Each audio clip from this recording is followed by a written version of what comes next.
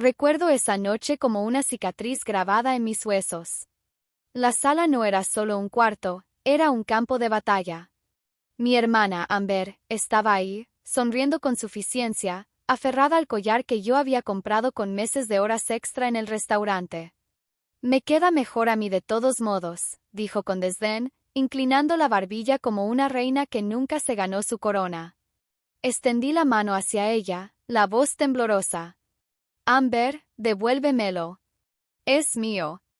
Ella me empujó con tanta fuerza que mi espalda chocó contra la pared.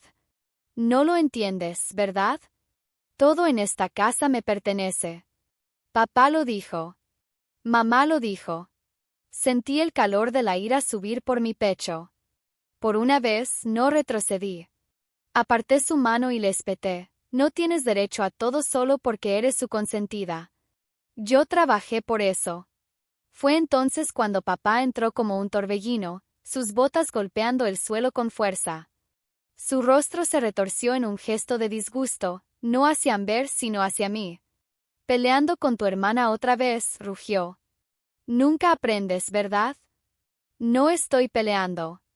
Ella, intenté decir, pero él me cortó. Su mano se cerró alrededor de mi brazo, arrastrándome al patio trasero. El aire frío me quemaba la piel, pero peor era el miedo que crecía en mi estómago. Amber nos siguió, riendo entre dientes como si ya supiera lo que vendría. Junto al montón de leña había un montón de ladrillos que papá había dejado de su proyecto de patio a medias. Tomó uno sin dudar. Mi corazón latía con fuerza mientras entendía sus intenciones. Papá, por favor, supliqué, la voz quebrándose. No hice nada. Sus ojos ardían con una satisfacción cruel. ¿Crees que vales algo? ¿Crees que tus quejidos te hacen igual a tu hermana? Levantó el ladrillo sobre su cabeza.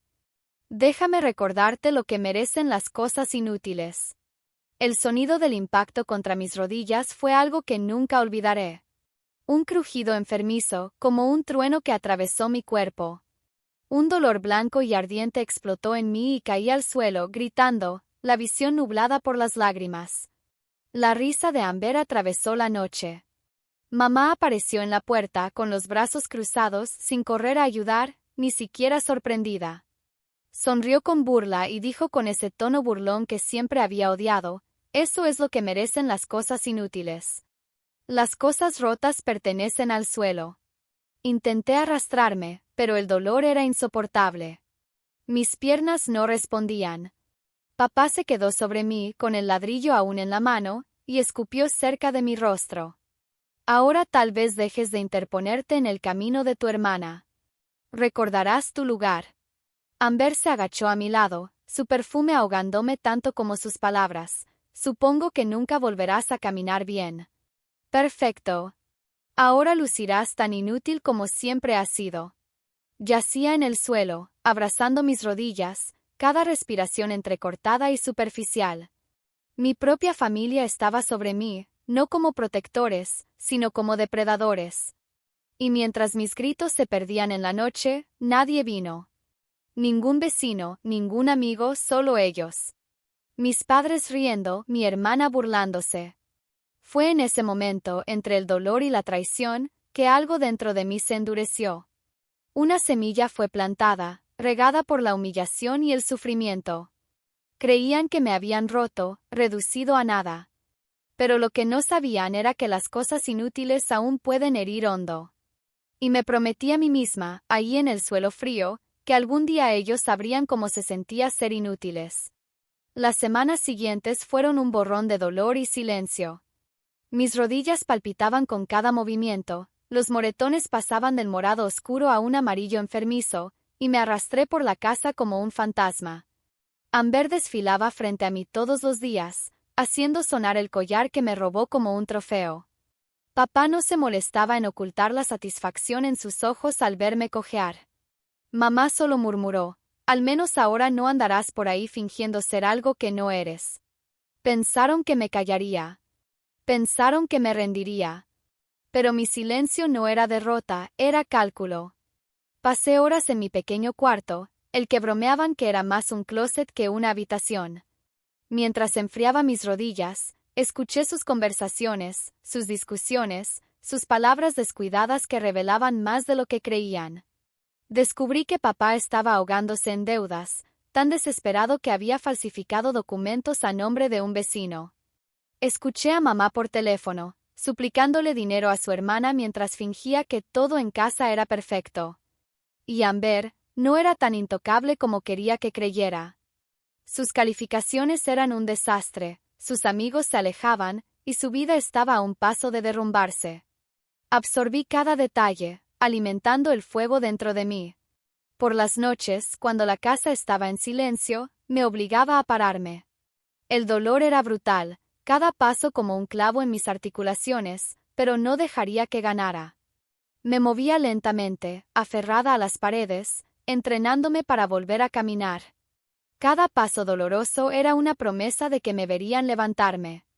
Una tarde, mientras papá, borracho en el sofá, presumía ante Amber lo poderosos que eran haciendo que la gente les temiera, me quedé en el pasillo, aferrada al marco de la puerta hasta que mis uñas se clavaron en la madera. Sus palabras resonaban en mis oídos, no porque le temiera, sino porque me daban claridad. El miedo era su arma. El silencio, el de mamá. La crueldad, la de Amber. Pero la mía sería la paciencia. Empecé a trabajar en la biblioteca del centro, bajo el pretexto de cumplir horas de servicio comunitario. Mamá no preguntó por qué y a papá no le importó. Creían que solo buscaba mantenerme ocupada. Pero lo que realmente hacía era construir conexiones en silencio.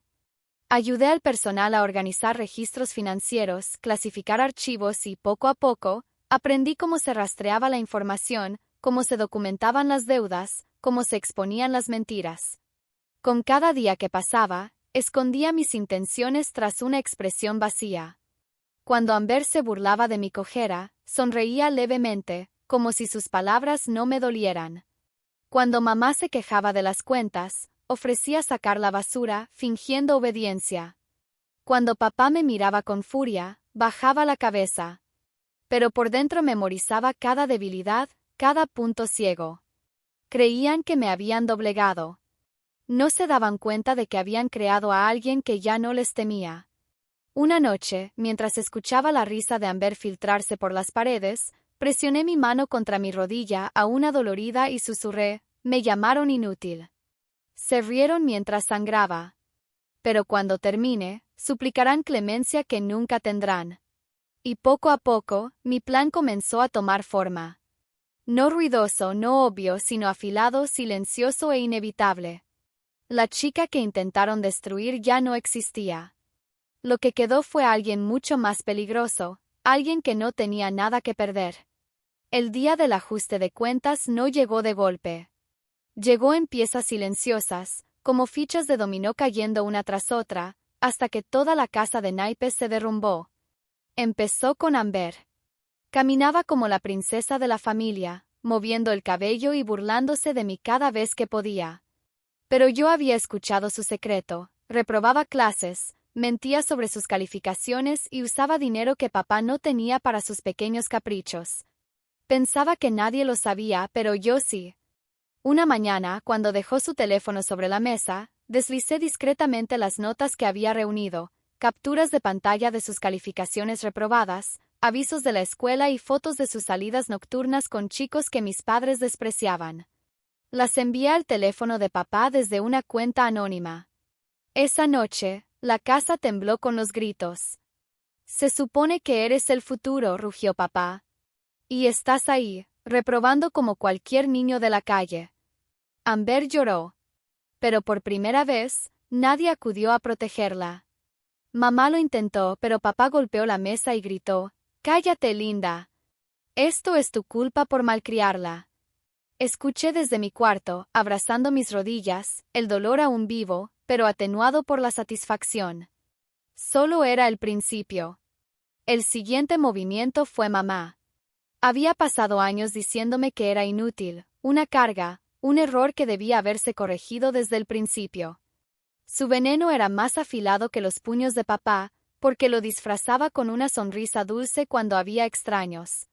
Pero yo también tenía su secreto, el préstamo que había pedido a su hermana y nunca pagó. Tenía copias de los correos, sus promesas, sus palabras suplicantes. En el momento adecuado, los reenvié a mi tía. En cuestión de horas, el teléfono de mamá explotó con llamadas furiosas. La escuché balbucear excusas, llorar falsamente, suplicar desesperada. Mi tía apareció en la puerta al día siguiente con el rostro rojo, gritando: ¿Crees que puedes humillarme así? ¿Anduviste presumiendo mientras yo cubría tus mentiras? Págame ahora. La máscara de mamá se resquebrajó. Su pequeño reino de control se le escapó de las manos, y por primera vez la vi acorralada. Me miró con sospecha, pero yo solo bajé la vista y cojeé a su lado, como la hija obediente que siempre quiso. Por dentro sonreía. Pero papá fue el golpe final. Él era el monstruo que estrelló ese ladrillo contra mis rodillas, riendo mientras mi cuerpo se desmoronaba. Era quien le susurraba a Amber: así es como se mantiene a la basura en su lugar. Pensaba que era intocable. Pero sus deudas contaban otra historia.